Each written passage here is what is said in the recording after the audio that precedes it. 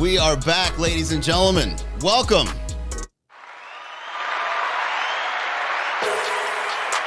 Oh, hit that beat. What's up, Miami? We're going live on a Saturday night. It is Art Basel weekend. Are you guys stuck in traffic while watching this? I hope so. I dedicate this episode of the Miami Comedy Podcast for those that are out there in traffic trying to get to the party.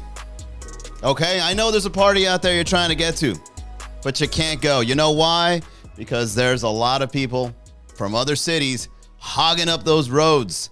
I bet you are missing the pandemic, aren't you? Remember when the pandemic made those roads very, very clear?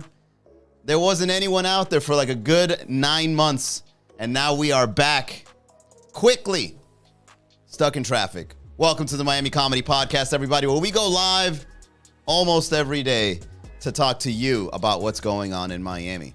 What's up, Milena? I got friends posting your posts. Oh yeah, I'm finally getting some recognition. I figured out how to be funny. You want to know the secret, Milena? It's called buying Instagram ads. Here's the thing about being funny on the internet, guys. Your friends are going to say you ain't nothing, but as soon as you put $500 on an Instagram ad, a bunch of strangers are going to be saying, this is amazing. And the whole time you were thinking, it's like, I thought it was me the whole time. Looks like it was just my friends. So if you guys ever want to be comedians, make sure you got fat wallets because your friends are going to tell you you suck. And why would they tell you you're good? That's what friends are for. They're supposed to bring down your self-esteem so you can stay at their level. I figured life out. If you ever want to do anything creative, your friends are not going to support. Bottom line. Bring that beat back. So, now that I'm writing podcast topics, now that I'm writing memes, now that I'm writing reels, I'm writing sketches now, things are getting better and better. What's up, Mars? Terry Wayne says, I hear ya. Asdot. Yeah, it's just human nature, guys. Those that are close to you do not want to see you thrive. You know why? It's because they love you. It's not their fault. They love you. You know, and your art is going to take you to the next level. So they're like, hey, dude, you know, your art kind of sucks. And you're like, wait a second. Before I take what you're telling me at face value, let me go on Instagram, put $500 on this meme right quick, and let me get a second opinion by hundreds, maybe thousands of other people. No, don't do it, Manny, no! It looks like your opinion ain't shit. I told myself I wouldn't cuss, but I had to make a point on that one. Let's cut the beat. Let's make this one an acapella. So the European Art Basel, I think is happening at the same time, or I think it's a different time. But I posted a meme today that I've always had in my head. The Miami culture and the European culture are obviously two different things. So when art shows up into their respective areas, how do we receive it? How does Miami receive art? Miami is looking for the next big party. The only difference is there's now a sculpture somewhere in the corner. Okay? Now, when the Europeans have the Art Basel, they have, you know, touring artists showing up. And they have that here in Miami too. But while they're touring here in the city of Miami, they're looking for the next big plug. Right? I think the biggest work of art that you can find in the city of Miami is the wonderful cocaine. The cocaine here is so good that I believe the drug dealers here that serve the cocaine in Miami should be sommeliers, just like the people that serve up wine at your favorite restaurant. Madame, this is your Pinot Noir that you have ordered. And then they take off the cork. They make you smell the cork, right? The same thing, but for cocaine. Gentlemen, your 8-ball has arrived, measured to the finest gram. And take a sniff. Can you taste the earthy notes of the coca leaves from Colombia? Those are vegan, organic, 100% coca leaves that you are sniffing there, sir. And by the way, that subtle ocean aroma is where the brick was found, here by Miami Beach. Oh, what a wonderful drug. I can really taste it.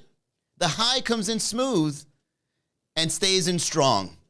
That is the work of art here in Miami, ladies and gentlemen. The cocaine is a wonderful thing, unless it has fentanyl, but then you're stuck, you know.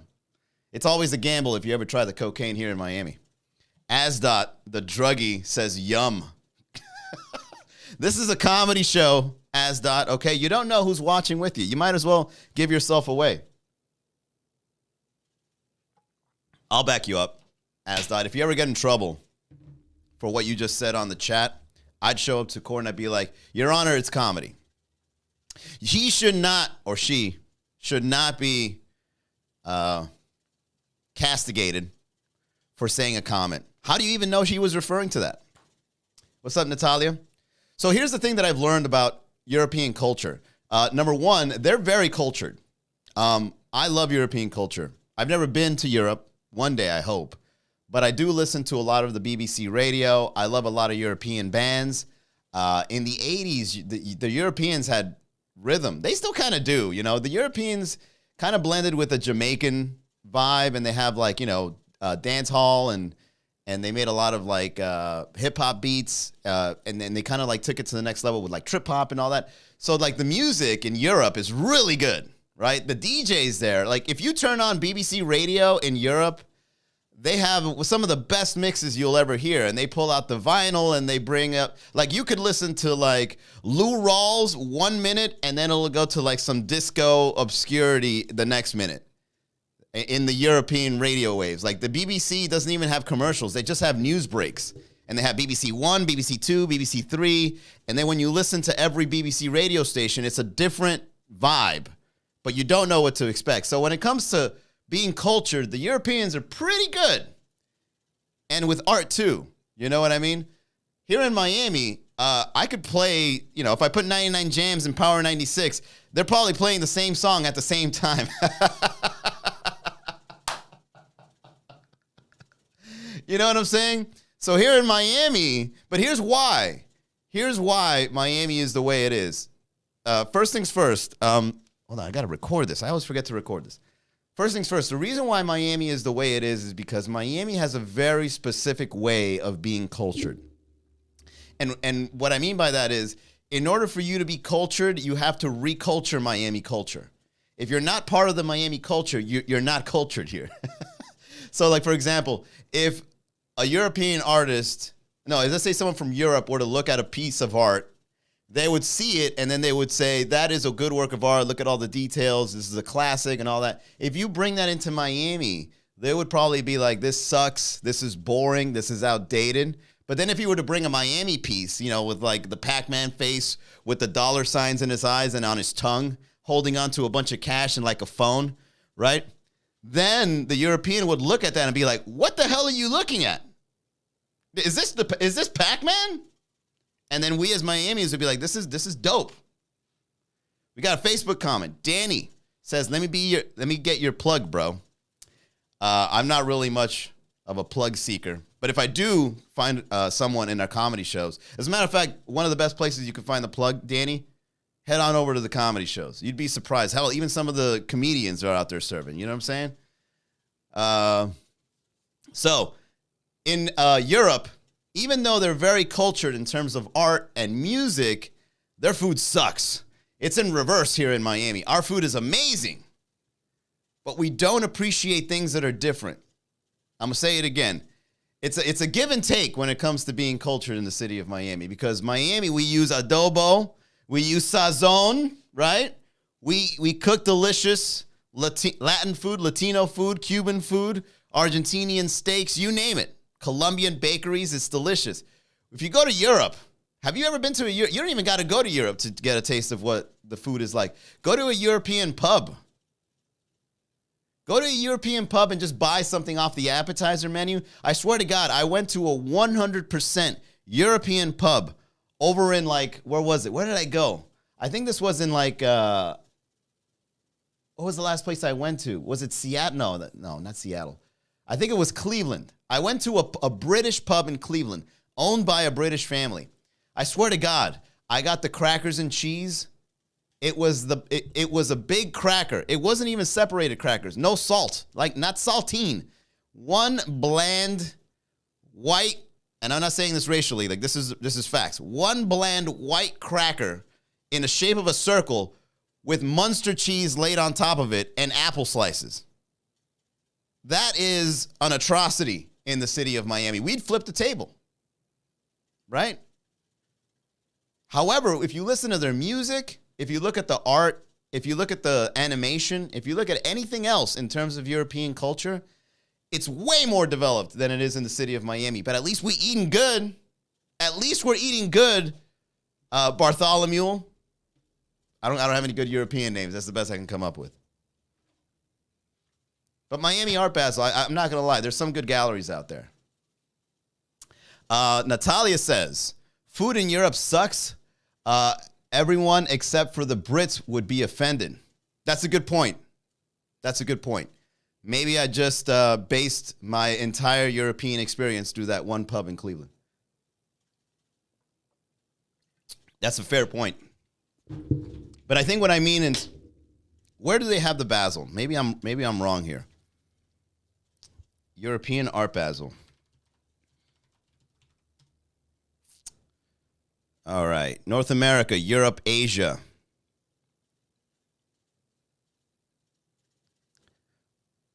Art Basel is a foreign profit.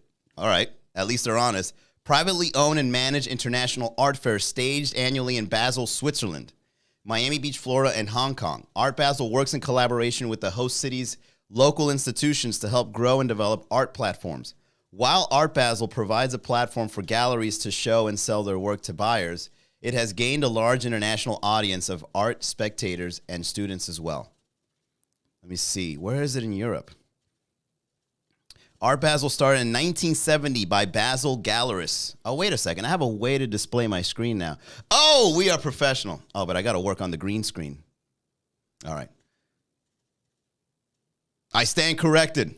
I stand corrected, ladies and gentlemen. Shout out to Natalia. It's not in Britain.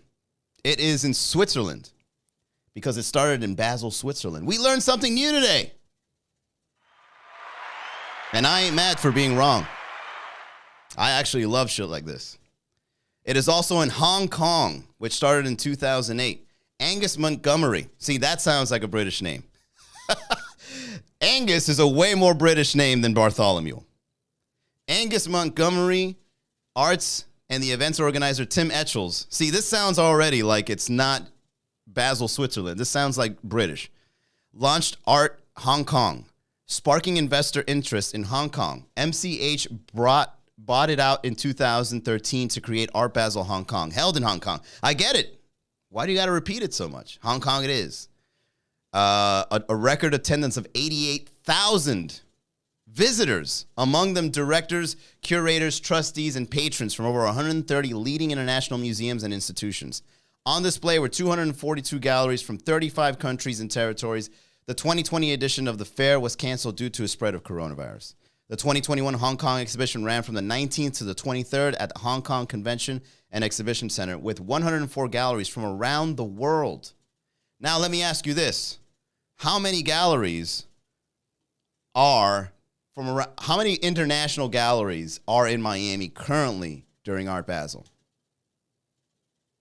Okay. I was in one art gallery. I think the only art gallery I went to this year was this one in Art Tech House, which was quite nice. I forget the artist's name. I think his name is Vince. And it was a Yoruba-based art theme. And when you go inside of Art Tech House, it is this, how do I describe it? It's Afrocentric, where the African religion that is Yoruba is in display in a futuristic 3D rendering way. And there's like poetry and some musical beats played in the background as you go through all these galleries. It was an amazing experience. And that kind of solidified to me that Art Basel in Miami isn't as pretentious as I thought it was, or as people might say. But you got to go deep into the trenches to find these art galleries in Miami, because when you go to like the generic surfacey stuff of Miami when it comes to Art Basel, it's always some sort of, Scrooge McDuck doing a dive into a bunch of gold coins, right? It's always like centered around that. There's always money involved. Richie Rich holding on to 2 money bags, right? Casper the Ghost with Bitcoin logos in his face. It's always some random psychedelic graffiti that has no depth to it. Like, you just look at it and you're like, this is Miami Art Basel. What does this have to do with anything? You know, you go to Wynwood Walls. One of the most popular pieces in Wynwood Walls is a baby looking like the Hulk.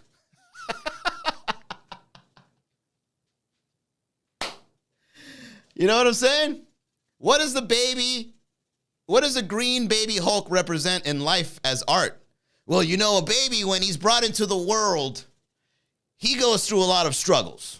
And then that baby has to live life without any skills or knowledge from scratch. And that enrages the baby. And so the Hulk is the representation of that rage. Oh, that's so deep.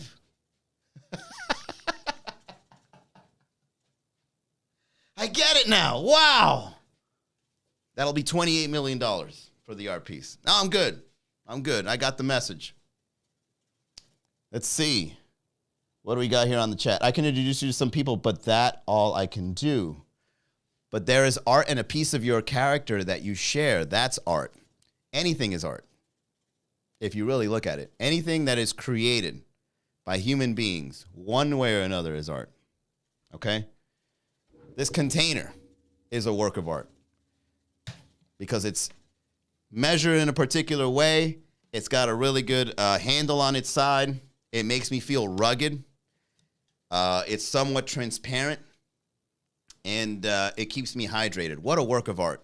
If it wasn't for this bottle, I would have been dehydrated this whole day, and I wouldn't be able to do this podcast live with you all. So thank you to the maker of this bottle. You are an artist, ma'am or sir. Blessed.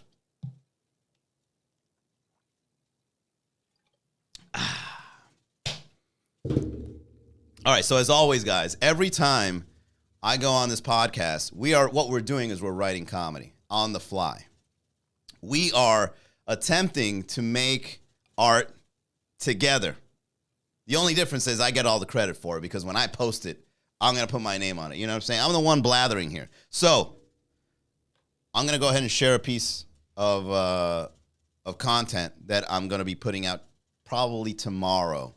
So I want to show the difference between the European Art Basel. And now that I know it's in Switzerland, the piece can be even better now, right? Because I would have messed up and made it British themed. And then, you know, somebody in the comments would be like, excuse me, Manny. If you knew your stuff, I'm sorry. If you were really cultured, you would have known that Art Basel Europe is not based in England. It is actually based in Basel, Switzerland. Therefore, this entire sketch is wrong. I don't care if it's comedy. I got to point out that it's wrong. That's what we do on the internet. If you miss an apostrophe anywhere, well, you're going to get called out on it. Be lucky you didn't get canceled for British appropriation. Oh, you're getting it. Here we go. I'm getting all worked up now, thinking about whoever this person is that I made up in my head just now. Sometimes role-playing gets me upset. You know what I'm saying? The person I'm role-playing can be upsetting every once in a while. So I'm working on a piece of content, and what I'm trying to do is I'm trying to portray the difference between Miami culture and Basel, Switzerland culture, a.k.a. European culture, when it comes to art. So what I'm going to do is I'm thinking about taking an angle of, you know, I would use this green screen, and it would be me, like, looking at the piece of art or whatever, and then it would be like a really over-the-top, money-themed piece of art. And as a Miamian, you know, I got like the hat put on backwards, and I'm wearing like, you know, F-boy attire, maybe like, you know, some sunglasses or something, and I'm looking at this art piece, and I'm like, yeah, you know, this is such a dope piece, man. It really shows the hustle and the grind that's in us as a culture, you know. Like, everything about this just speaks to me, man, because every day you got to go chase that bag, you know? And then like we can showcase like a European culture is like, you know, you can really see the struggle of the human being through the eyes of this painting. Everything about this is an absolute work of art. From the single line over here to the left to this particular hair strand to the right, everything about this is just absolutely lovely. If I wake up every morning and look at this, I would feel inspired to make a difference in the world, right? And then we'd switch it up. We'd have the Miami guy looking at that art piece like, yo, what the hell am I looking at, man? What is this? Why is her hair looking like this? This is boring. When was this? 1800s. This was done this year. Man, they got to upgrade, man. There's no money.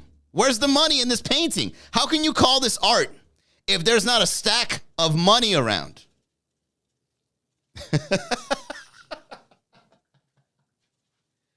And then we'd have the European look at the Miami art and being like, this is absolutely atrocious. I have no idea what the relationship between Pac-Man and Bitcoins is.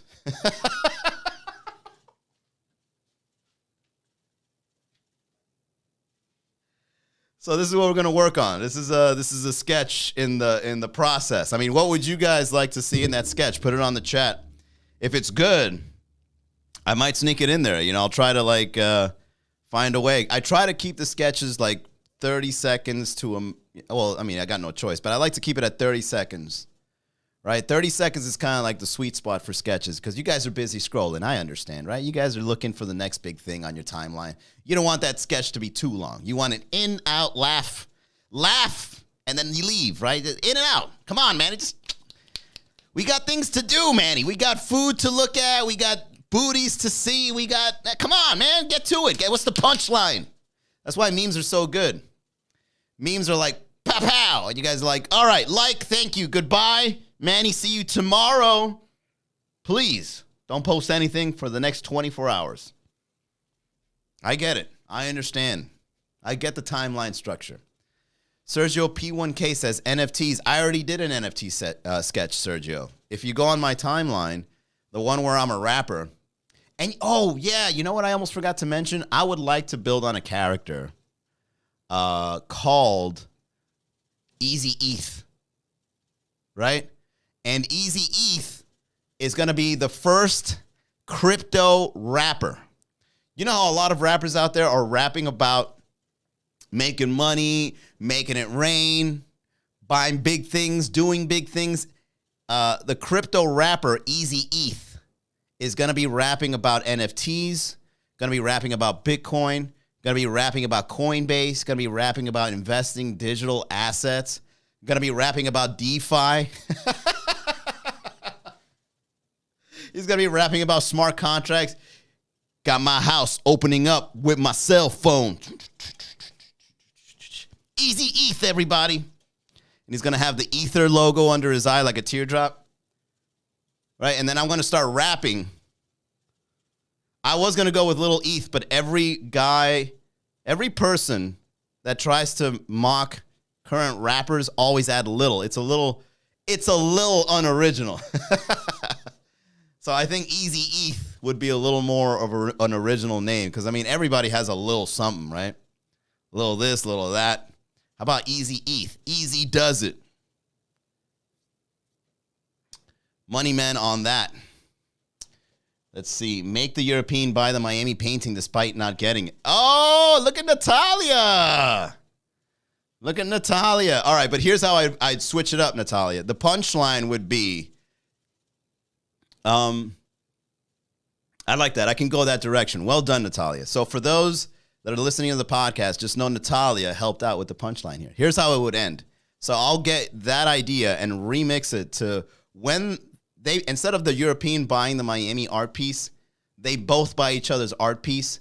But the way the European buys, no, we'll switch it first. We'll say the European buys the art piece, and all he does is pull out his cell phone and be like, even though I don't understand this art piece, I'm certain that you uncultured Miamians have some sort of merit. And then he pulls out his cell phone and he pays for it through his cell phone. And then the Miami will be like, oh, you going to buy my art piece and you think I can't afford yours? And then he pulls out a stack of money and throws it on his face. Oh, and that portrays the difference in the cultures between the two. I'm just a European who just came home from Art Basel.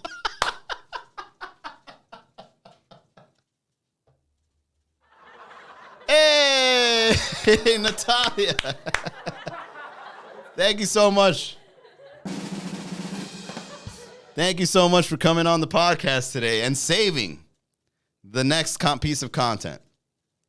All right, well, I'll ask you one question there, Natalia. What is a good dish from Europe that you would say represents the generic title of European food?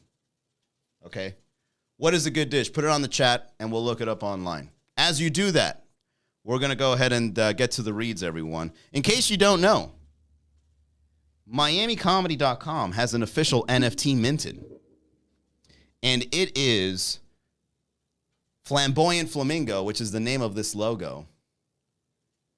Bam, right there. Okay? This fella is minted as an NFT. And the way the NFT will have value is that these are limited edition shirts. All right, we have blue and pink. Once this design gets sold out, I'm not reprinting the design anymore. This is a one-of-a-kind shirt. We are at about 30% inventory left. If you guys want to buy a shirt, a history of Miami comedy, go to MiamiComedy.com/shop, get a shirt. Because once they're sold out, we're going to do another design, and you will never see this design again. All right? And if you are a sponsor, hit me up. I'm looking for sponsors that can provide a good product or service that we can promote on the Miami Comedy Podcast. Just go send me an email, manny@miamicomedy.com. Natalia, you know what's funny? Just last night, I was doing a show at Gatsby's in... oh, boy, what a hell gig that was. I mean, I did good. Don't get me wrong. You know, I'm funny. You know what I'm saying? Like, I had a good time.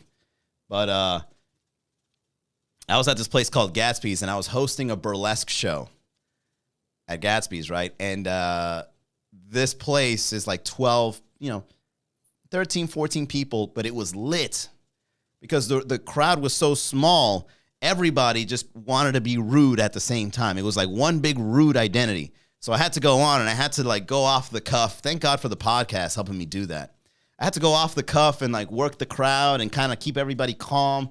There was, like, a heckler on the left. There was a heckler in the back, and, I had to tell him to shut up every once in a while, and I had to kind of, like, blend it all in. But at the end, it was a good show because I kept trying to make it as relatable as possible. And one of the things I asked was, hey, what is a good dish that you guys are having this evening? And one of the people in the front said, pierogi. Now, from what I understand, before I look it up, pierogi is a potato. Wait a second. Before I even look up pierogi, shout out to the lovely Tabitha, ladies and gentlemen. Wait. Tabitha, thank you so much for your purchase of those badges. Everything counts. Whatever you guys put in the pot, it counts. All right? We're trying to do big things at MiamiComedy.com. So far, so good. Every month, every year, more and more progress. This is an independent company. So thank you, Tabitha, for the love. I appreciate you. I'll buy you a drink during ladies' night. All right. Pierogi, from my understanding, is mushed potatoes wrapped in flour, and then it becomes like these dumplings full of carbs, right? What part of Miami are you from? A lot of people would say I am in the Doral area, but a lot of people would say I am also in the Fontainebleau area. And then a lot of people would also say I'm in the Westchester area. I'm somewhere in the where the Miami Improv is, in Doral. Rubencito Colon, what's up? How are you? All right, so let's look it up. Pierogi. Yeah, it's a dumpling. All right, so a pierogi is filled dumplings made by wrapping unleavened dough around a savory or sweet filling, cooking in boiling water. They are often pan-fried before serving. Pierogi are most associated with the cuisine of Central and Eastern European nation. And the main ingredients are dough, flour, eggs, water, filling. Okay, look. Natalia, with all due respect, they can be filling, but potatoes plus cheese are a popular option. Look, Natalia, I'm going to be honest with you, man. I heard this is delicious, but it still has that blandness that we were making fun of earlier. It still sounds very bland. The main ingredients is dough, flour, eggs, water, and filling. This ain't it, bruh.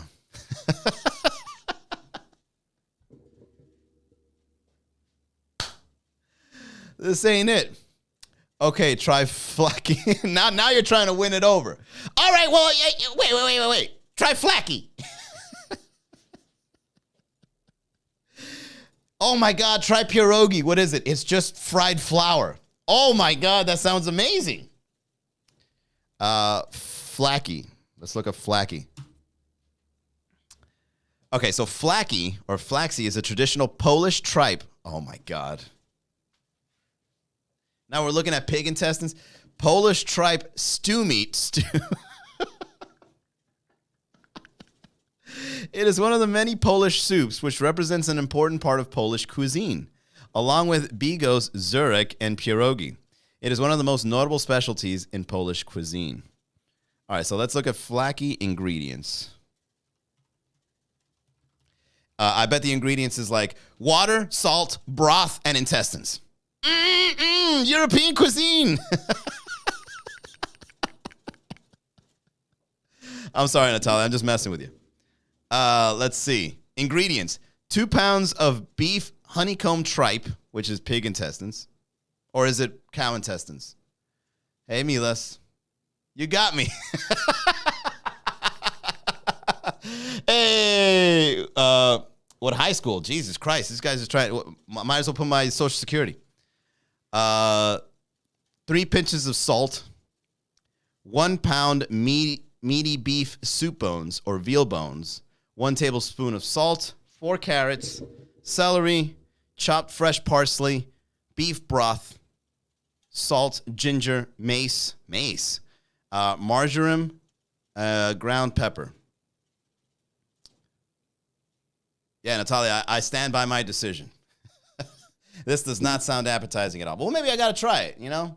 You sometimes got to try the food before you judge it. You can't just judge it by its... You can't judge it by its ingredients, right? Like if you look at a burger, it's like bread, tomato, lettuce, ground beef. And you know what? It's delicious. You can never go wrong. Wait, so what's pierogi? Just asking because I love trying new things. Pierogi is fried flour with filling. You got to try it. Polish food is delicious. I will. But, all right, well, I mean, is Miami culture enough to have Polish food? Polish food in Miami? Fritz and Franz Beer House. That's not Polish. From what I understand, that's German. Buena Vista Deli, Butcher Shop. The best Polish restaurants in Miami. All right, we're going to give a shout out to Polish restaurants. Old World Polish Deli. Where is this located? In Pompano Beach. See, you got to drive. See, there you go. Right there.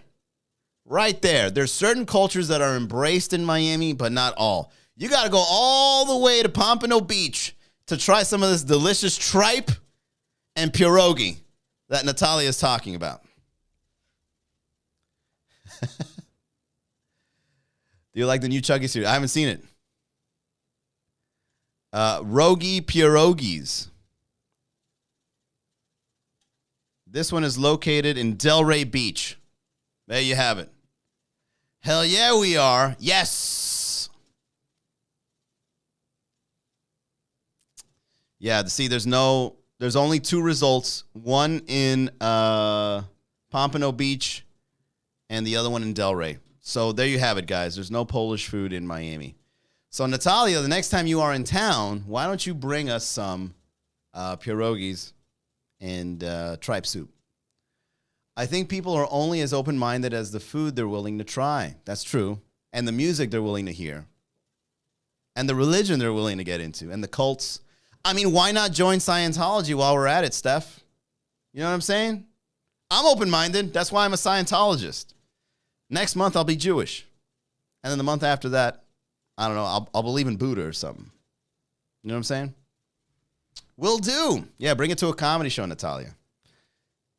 All right, it is 11 o'clock. That is it for the Miami Comedy Podcast. Thank you all very much for the fun we're having, talking about culture, talking about the Art Basel, talking about the sketches we're writing. This is an amazing, moment to be back doing what I do. You know what I'm saying? And I'll give a shout out to all the people, especially Tabitha, for watching the show. Thank you all very much for tuning in. I'll see you guys hopefully tomorrow, 6 o'clock, because I got to go in and out doing these podcasts depending on the night of the week, because tomorrow I have Tipsy Flamingo in downtown Miami. Religion is different. isn't, if you really want to be open-minded, you got to believe in like a good, 12 religions or so, because that way you'll understand the other people. Thank you, Manny. Yo, you're welcome. Rayuelta. All right, guys. I'll see you tomorrow, hopefully 6 o'clock. Send me messages. Send me some ideas on what kind of content you want to hear or me to make or topics or whatever. And, make sure you get a shirt, support, buy badges, come to a show. Whatever it is, anything helps in order for me to take MiamiComedy.com to the next level to bring you guys independently produced comedy shows in the city of Miami. Thank you all very much.